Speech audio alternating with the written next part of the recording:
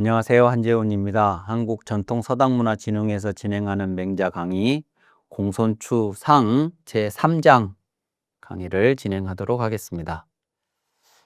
3장은 누구와의 대화가 아니고 맹자의 이야기가 실려 있는데요.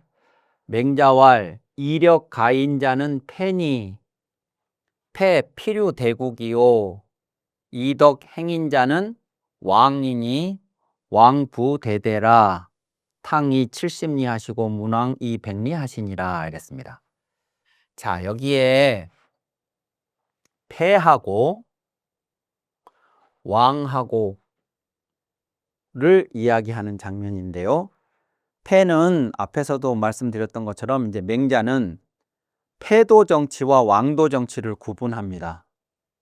그래서 맹자가 살았던 당시 춘추 전국시대 중반 이후 맹자가 살았던 당시를 포함해서 춘추부터 전국시대까지가 제후들에 의해서 지배되었던 그 시기, 그 혼란했던 시기를 맹자는 패도 정치의 시기라고 말을 합니다.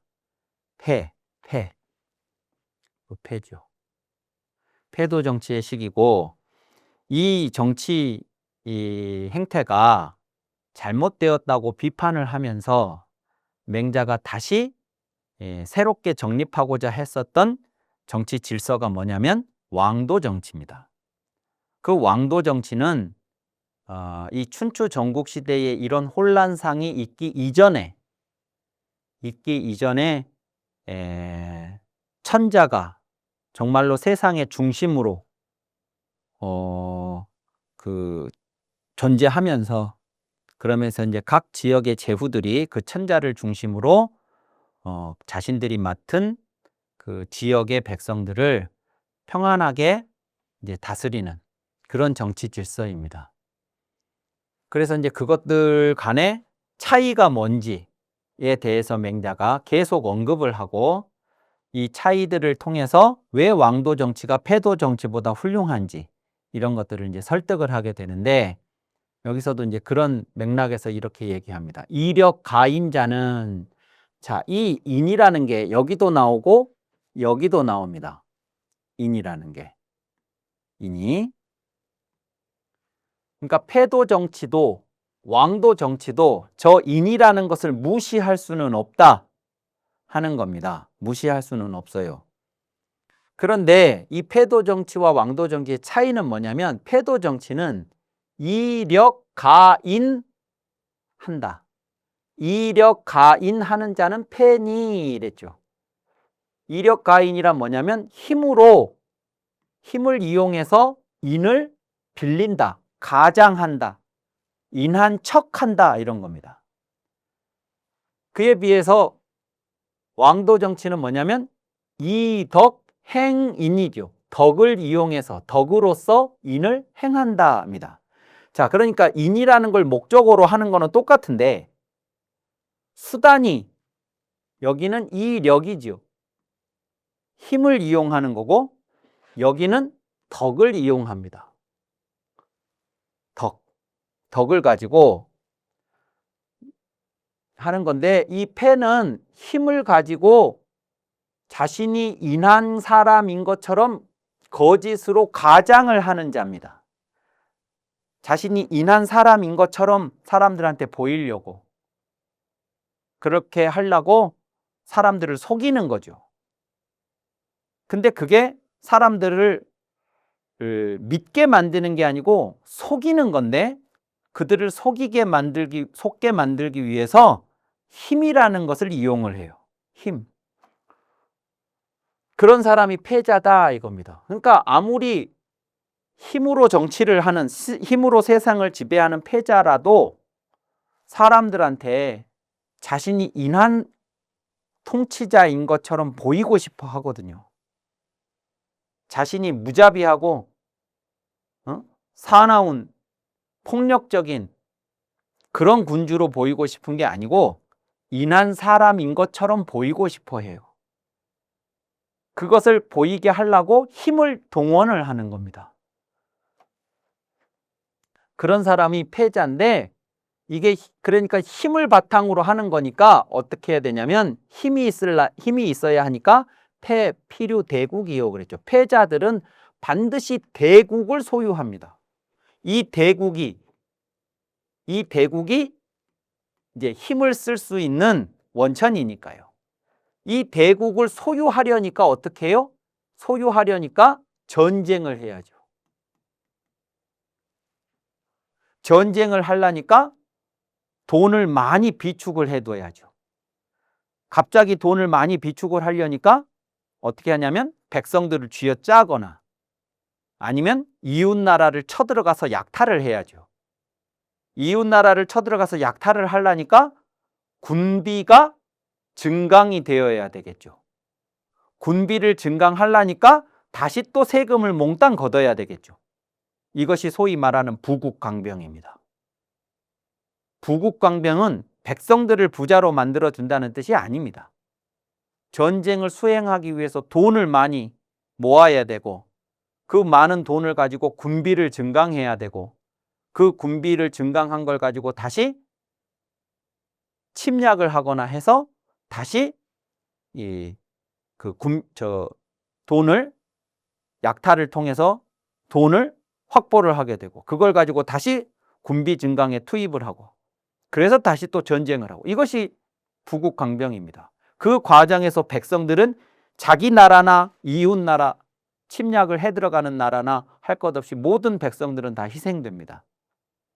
그러면서도 자기는 인한 사람인 것처럼 가장을 합니다. 그 사람들이 태자들이다 그 말이죠. 그에 비해서 이덕 행인, 덕으로서 인을 행하다. 이 행하다와 이 빌리다도 가장하다라는 저 글자도 대비해서 볼 필요가 있는 거죠. 인을 하는 척 가장을 하는 게 아니라 인을 실제로 실천하는 사람입니다. 자신의 덕을 가지고 백성들한테 인을 실천을 해요. 그 사람이 왕이니 그러니까 자신의 덕을 가지고 인을 실천을 하는 데 있어서 물질적 크기, 물리적 크기나 물질적인 그 부나 이런 것들은 크게 중요한 요인이 아니죠. 왕부대대라입니다. 왕은 큰 것을 기다리지 않는다. 왕도 정치는 꼭 나라가 커야만 하는 건 아니다는 겁니다. 그러니까 예를 들어서 이런 거라고 보시면 됩니다. 예입니다. 어떤 아버지가 있습니다. 자녀들한테 인자한 아버지인 것처럼 합니다. 근데 나는 인자한 아버지가 원래 아니에요. 나는 대단히 폭력적인 아버지입니다. 근데 그래도 나는 폭력적인 아버지야 이렇게 하는 아버지는 없습니다. 자신도 인자한 아버지로 보이고 싶어 해요. 그런데 이 사람 자체는 폭력적인 아버지라서 어떻게 하느냐? 그러면 평소에는 막 못살게 굴었다가 어쩌다가 막 선물을 하거나 예? 그러니까 뭐 선물 사주고 용돈 주고 하는 것으로 자신이 인자한 아버지인 것처럼 가장을 하죠. 그러니까 인자한 아버지가 되려고 하면 인자한 척하는 아버지가 되려면 이 사람은 선물을 사줄 돈이 있어야 되겠죠. 그러니까 그 사람에게는 반드시 대국이 필요하다 하는 것처럼 돈이 있어야 됩니다. 그런데 좋은 아빠가 언제나 돈이 많은 아빠가 좋은 아빠인 것은 아니죠. 자신이 정말로 덕을 가지고 자녀들에게 인을 실천하는 아빠가 좋은 아빠라면 그 좋은 아빠는 여기서 대자로 상징되는 물질적인 크기나 많음을 필요로 하지 않는다. 그러니까 돈이 없어도 뭐 좋은 비싼 선물을 해줄 수 없어도 용돈을 많이 줄 수 없어도 그 자녀들과의 교류를 통해서 얼마든지 훌륭한 임금, 훌륭한 아버지가 될 수 있는 것이니까 마찬가지로 왕도 정치와 패도 정치가 핵심이 뭐냐? 그러면 패도 정치는 힘을 가지고 인을 가장하는 자들이다. 그래서 저 힘이 없으면 가장을 할 수가 없기 때문에 반드시 큰 나라를 소유해야 한다. 패도 정치는. 그래서 큰 나라를 소유하기 위해서 부국강병을 추구하고 전쟁을 일삼는다. 이게 이제 맹자의 구도입니다.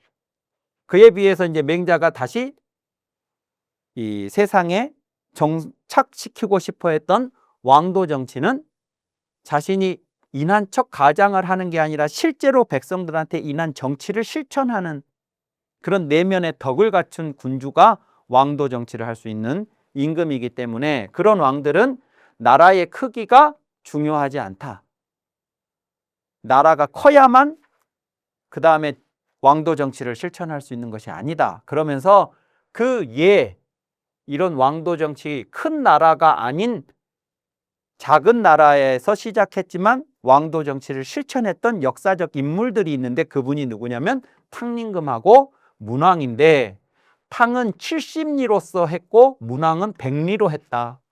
탕이 70리 하시고 문왕이 100리 하시니라가 그 얘기입니다.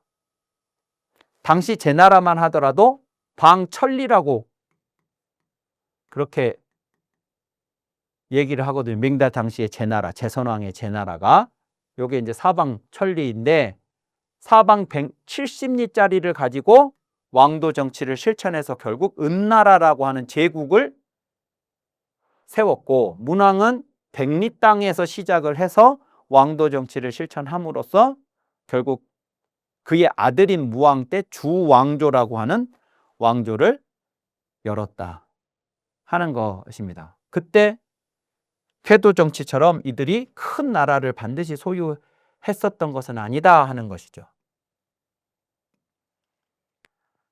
자, 그러면서 이제 이렇게 얘기합니다. 이력 복인자는 비신복야라 역불섭야오 이덕 복인자는 중심열이 성복이 아니 그랬어요. 자, 여기 이제 복인이라는 것은 사람을 복종시키다 이런 겁니다.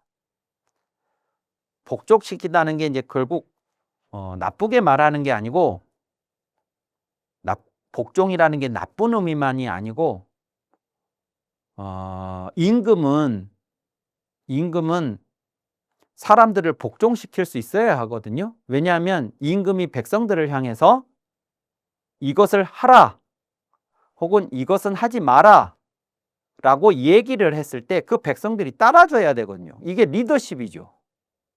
바꿔 얘기하면 그들이 내 말에 대해서 따라주어야 내가 임금인 겁니다. 내가 말을 했는데 아무도 안 따라주면 그러면 나는 임금이 아닌 거죠. 그래서 이제 그걸 따라주는 것을 이제 복종시키다 이렇게 표현을 하는 겁니다. 부정적인 의미만이 아니고.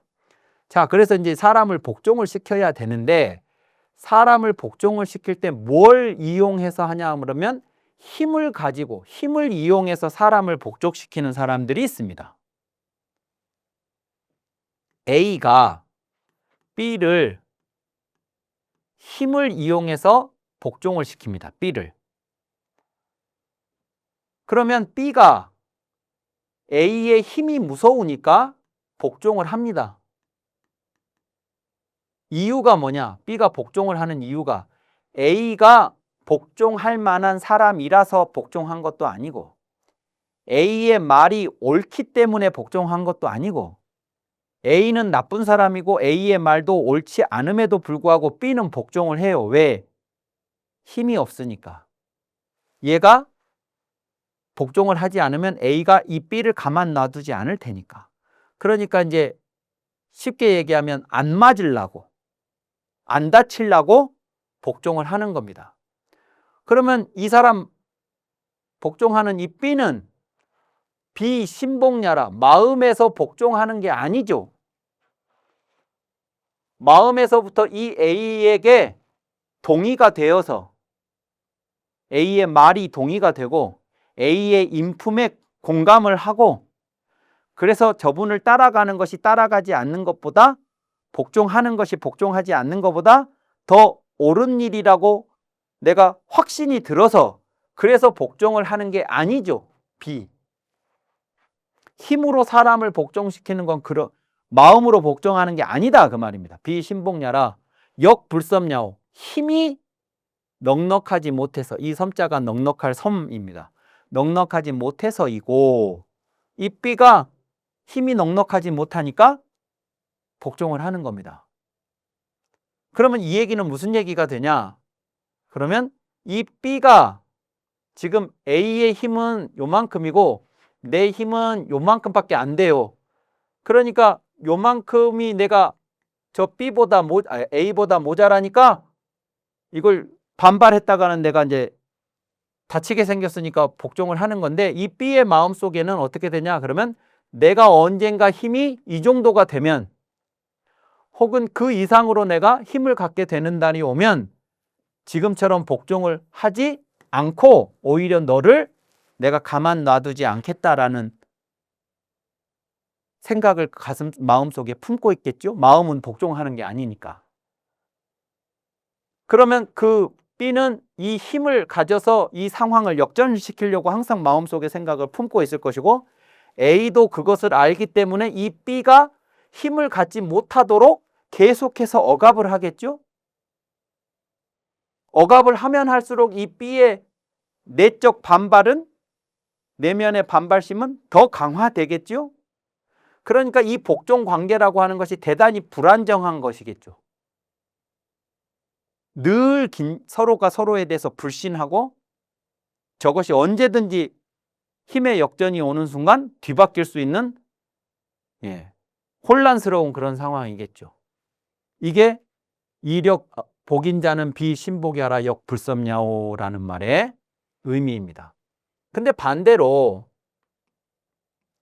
이덕 복인자는 덕으로서 사람을 복종을 시킵니다. A가 B를 복종을 시키는데 그게 덕을 가지고 합니다. 덕을 가지고 이 사람이 복종을 합니다. A에게. 이 사람이 복종을 하는 이유는 이 A의 다른 것 때문이 아니라 이 덕 때문입니다. 그러면 이 얘기는 무슨 얘기가 되냐 그러면 이 B가 A보다 힘이 더 많을 수도 있어요. 내가 힘은 더 많아요. 힘이라는 게 여러 가지가 있다고 그랬죠? 힘이라는 게 체력도, 신체적인 힘도 힘이지만 재력, 그 다음에 권력,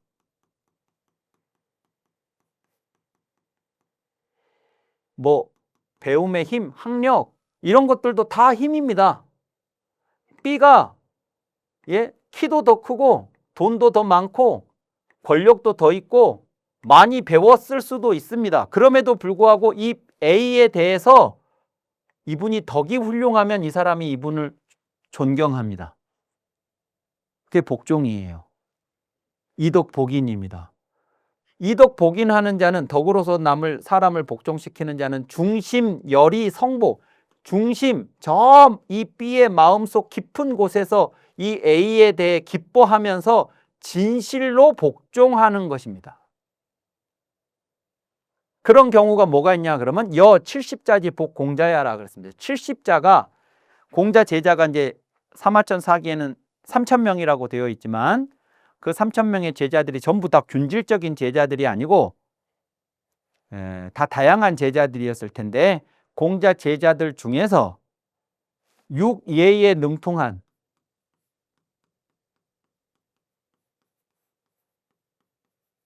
육예, 예악사어서수라고 하는 육예에 능통한 제자가 72인이 있었다고 합니다. 72명이 있었는데 그 72명의 제자를 그냥 70자라고 합니다. 70자. 그러니까 이 70자라는 육예에 능통했던 제자들은 어떻게 이해하시면 되냐면, 어디에 내놔도 손색이 없는, 당대 어디에 내놔도 손색이 없는 교양과 재능과 또 학문과 언변과 이런 조건들을 충족시키는 제자들이었다, 이렇게 보시면 됩니다. 근데 그 70자가 잘난 사람들이죠. 그러니까 똑똑하고 잘난 이 제자들이 공자에게 복종하는 것과 같은 것이다. 공자라는 분은 이분들의 이 제자들의 스승인 것은 맞지만 사실 공자는 찢어지게 가난한 어린 시절을 보냈었다고 논어에서 제가 여러 차례 말씀을 드렸었습니다. 그리고 정해진 스승이 없이 혼자서 독학을 하신 분이고, 그러니까 사실 이렇게 잘난 제자들이 공자를 스스로 찾아와서 공자 앞에 무릎을 꿇고 저를 제자로 받아들여 주십시오 했을 때 그 제자들은 이런 측면에서는 공자보다도 나았을 수가 있어요. 그렇지만 공자의 덕이 훌륭했기 때문에 그 공자에게 무릎을 꿇고 제자로 받아 주십시오 했을 때 이 제자들은 마음으로 기뻐하며 공자에게 복종했을 거라는 겁니다. 신복이라는 게 마음으로 기뻐서 진실로 복종한다는 게 바로 그런 거라는 겁니다. 여기에 큰 나라가 무슨 소용이 있냐는 거예요. 임금이 백성들을 다스릴 때도 역시 그렇게 해서 사람들을 복종을 시켜야지 힘을 가지고 복종을 시켜서야 되겠는가 하는 거죠. 그래서 시경에 이르기를, 시경 대하 문왕유성편에 이르기를 자서자동하며 자남자북하야, 서쪽으로부터 동쪽으로부터 남쪽으로부터 북쪽으로부터 동서남북 모든 방위에서 모든 곳에서부터 무사불복이라 복종하지 않는 사람이 없다라는 말이 문왕의 이야기 가운데 그 시의 서사시에 이런 표현이 나온다는 거죠. 여기서 생각할 사자는 생각하다가 아니고 여기서 시경에서는 이 생각할 사자가 많이 어조사로 많이 쓰이는 경우가 있습니다. 그래서 시경에 이르기를 동서남북 어디에서부터도 문왕에게 복종하지 않는 사람이 없었다라는 말이 있는데 그것이 바로 차지위안이라, 이것을 두고 하는 말이다. 덕으로 사람을 복종시켰기 때문에 그들이 마음으로부터 스스로 자발적으로 복종을 해서 문왕에게 귀했다는 것이고, 그때 문왕이 겨우 100리짜리 나라를 다스리고 있었을 뿐이다. 지금 전국시대의 군주들이 방천리라는 어마어마한 영토를 가지고 있으면서도 힘으로만 복종시키려고 하는 사람들하고는 전혀 다른 케이스라고 이야기를 하면서 그 패도 정치가 얼마나 그 무모한 일이고 잘못된 것인가 하는 것을 이 왕도 정치, 그 왕도 정치의 대표적인 케이스로 탕림금과 문왕을 통해서 이력보인이 아니라 복인이 아니라 이덕복인하는 왕도 정치를 이야기하고 있는 장면입니다. 자, 3장 강의는 여기서 마치고 다음에 4장으로 찾아뵙도록 하겠습니다. 감사합니다.